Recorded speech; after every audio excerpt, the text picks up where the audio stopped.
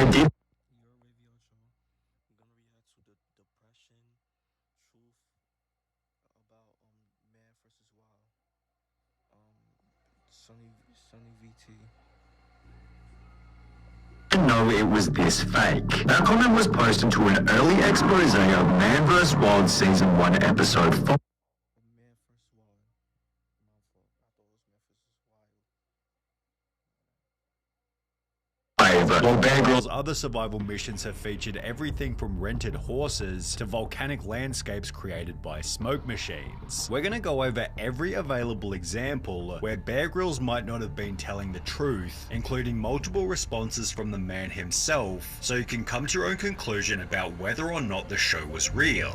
A TV survivalist caught cutting corners. This was the first example of Bear Grylls being called out for fakery, and it came on the 24th of July 2007, just 4 days after the end of the first season. The article was written after Mark Weinert, one of the show's consultants, came forward to talk about the ways in which the first season was staged. Mark began by explaining that while in the Sierra Nevada mountains, Grylls was seen supposedly sleeping under a rock beside a small life-saving fire. On this little overhang here, here's all I've really got now. Our shelter for the night. It's not very nice. Yet in all actuality, Grylls instead spent each night at the Pines Resort in Bass Lake, which was advertised as a cozy getaway for families, and is a luxurious hotel with its own spa on a lake, as well as television, stone fireplaces, hot tubs and internet access. However, this isn't the only part of the episode which has since been exposed as fake. Only a few minutes after waking from the campsite, which he apparently didn't even sleep at, Grylls runs into a group of wild Mustang before talking about how unusual it was to see them out in the wild. A chance to use an old Native American mode of transport comes my way. And this is such a privilege to see they're probably loose horses that have broken free maybe from a ranch. He spends the next couple of minutes gaining the trust of the wild horses before trying to jump onto one without success, which Damn, bro. That horse get the fuck off me.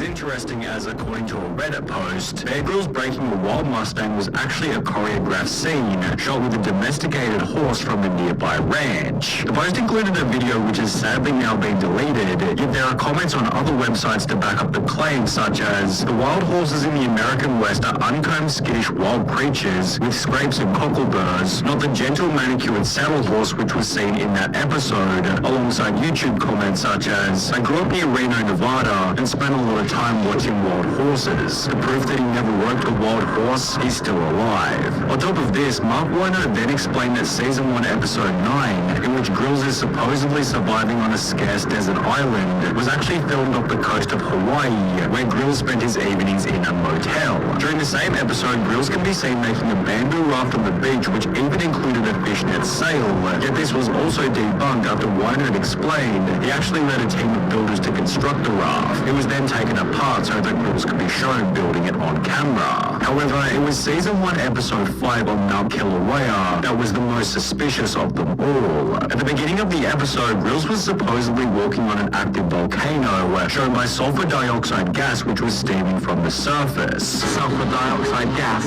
forms in volcanoes, and here it's really thick. Look at this, you can actually see the sulfur dioxide here seeping out of these vents. However, after the episode went live, one of the show's safety instructors explained to the Sunday Times that the white clouds of poisonous sulfur dioxide that billowed around the former SAS Explorer were in fact harmless vapor created by smoke machines. And according to insiders, the red glow of the molten magma which he warned could incinerate him in seconds was supplemented by burning hot coals brought in by members of the production team. Sulfur dioxide fumes are colorless and you can't see it, so smoke generators were used off-screen to make the existing fumes seem visible. Later in the episode, Grylls talks about being far from civilization, before explaining that crossing the terrain was dangerous due to lava cracks in the ground. Crossing these fragile fissures can be I can't do that shit, man. I cannot do that.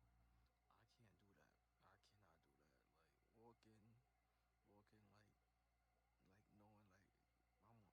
I'm on danger. Like I can't do like stuff like that. I'd be on a like. But there is a way. You know what I mean? Like I can't like do like crazy shit like that. Like this man doing right now. Like. Sometimes you get these lava bridges that cross them over, but you've got to be really careful crossing these just because you don't know what's solid and what's... Like I said, I can never do that.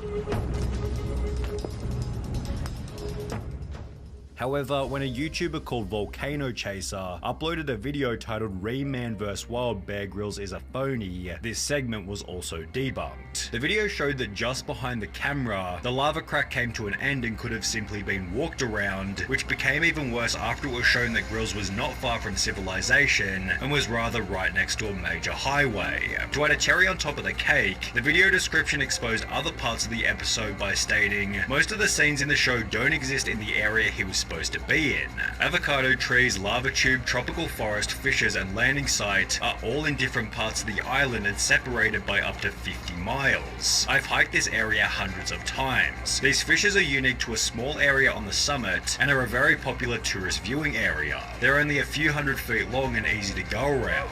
Only the phony bear seems to have trouble crossing them. The fissures are located next to the parking area, where cars can be seen on the crater rim drive shown on the clip, although there was still more trickery that wasn't being made obvious to the audience. Survival expert Nick Vrumans worked with Bear Grylls on Season 1 Episode 13 in the Australian Outback, after which Nick stated that even the script itself was pre-planned. He'd expand on this by stating everything you see in the show is set up. I built him shelters and found him snakes to eat. On the show broadcast to Europe and the US, you see him catch a snake, kill it and eat it, but it was actually 2 snakes.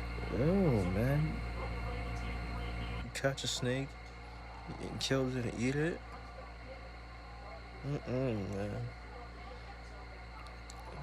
Nah, could never do that. Comment down below if y'all eaten snake before.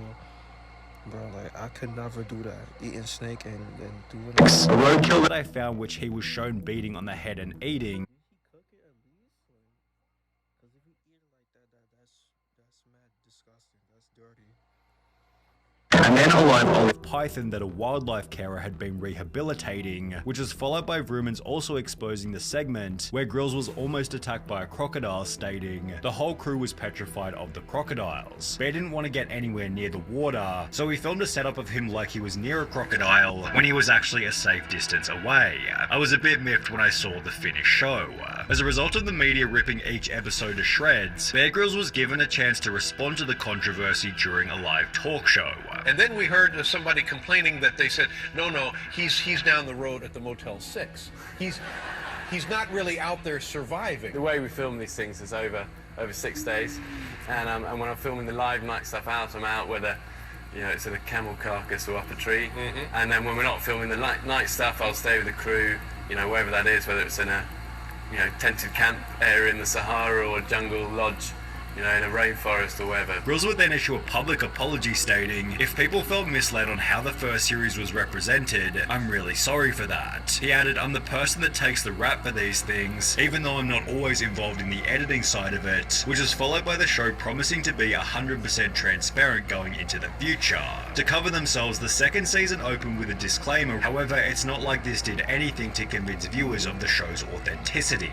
If I had to choose one person to be stranded on a desert island with, it would be Bear Grylls. That way he would have his crew with him, and they'll probably pay for us to stay in a nice hotel or something, which became even worse after the show was exposed for a different stunt. During the episode in the African savannah, Grylls is shown squeezing water out of elephant dung, which by itself didn't seem all that troublesome. However, when Canadian survival expert Les Stroud, host of the show Survivor Man, responded to the episode in a Reddit AMA, he debunked the strategy by stating, many of the actual survival skills taught are bogus. It's not possible to squeeze drinkable water out of elephant dung. Well, it is if your cameraman has soaked it with bottled water.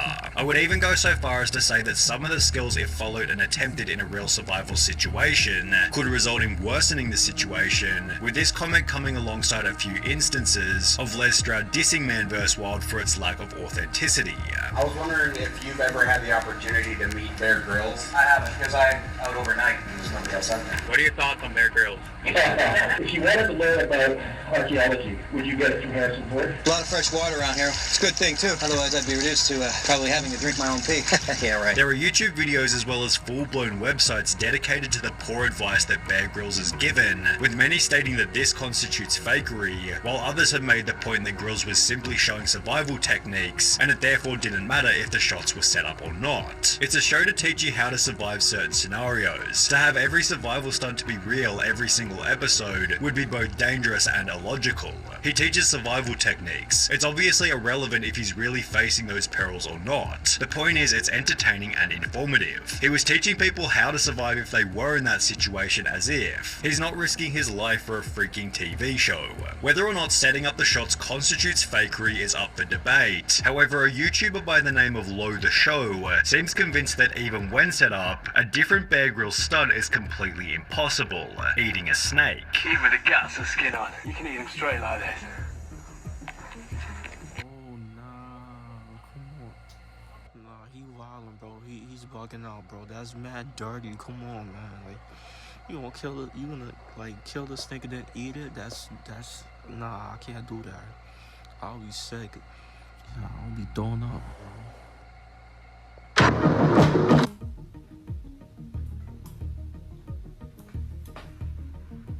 Not possible. Although in other episodes, Bear Grylls has shown himself eating snakes in their entirety, so I wouldn't call the video by Lo the Show all that much. That's dirty, man. That, bro, like, eating a snake, that is dirty, man.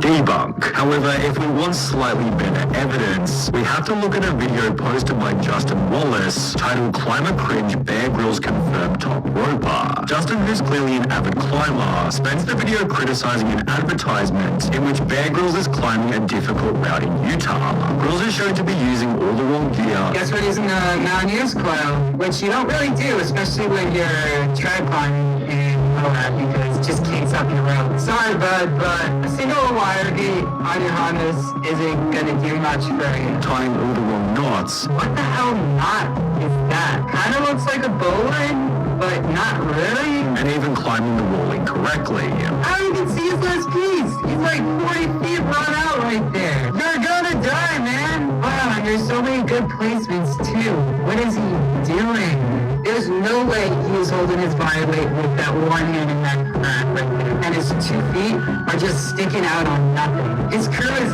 definitely pulling his fat ass up there on the 3-to-1. There's no way he's climbing that. The original rock climbing video has a dislike ratio of almost 75% and features comments such as, "Gotta give him credit for really committing to the BS. Interesting skills he has in climbing. This is just ridiculous. Wow, it could be impressive if it was not fake. As a climber, it's obvious that the heli dropped him at the top and he made some shots rappelling down. I used to like him. Disappointing." You could make the argument that Grylls gets a pass given it was filmed for an advertisement, but does he get a pass for an article titled "Bear Grylls Show Accused of Fakery Again" after the island's ordinary men exposed as trained professionals? According to the article, the island by Bear Grylls introduced what was supposed to be 13 ordinary men are about to be abandoned on a Pacific island with just the clothes they stand up in and a few tools. But there was no mention that Rupert Smith had worked in war zones and extreme environments, including alongside Grylls as director of Channel 4's Escape to the Legion. Similarly, there was no introduction to cameraman Dan Etheridge, who also worked with Grylls on Discovery Channel's Man vs. Wild. Keith McManus, a sound recordist with 10 years experience in some of the world's most dangerous places, also failed to get a mention. The article also revealed that 2 caiman crocodiles had been manually released onto the island, and that the rare source of fresh drinking water found by those on the show was actually a rubber-lined pool set up by the production crew. Channel 4 responded to the featuring of trained professionals by stating, "It clearly states in the program voiceover the trained crew are part of the experiment, living under the exact same conditions as the other men. Like all of the men on the island, their professions are captioned on screen and their backgrounds are discussed. Biographies are also on the Channel 4 website," before going on to address the crocodiles and drinking water by stating, "We had to ensure the island's only water supply, a muddy pool, would last through filming in the dry season, and that there was enough native animals and native vegetation that could sustain the men for 28 days, as long as they had the ingenuity to find it, catch it, and kill it, which you have to admit is a pretty decent statement."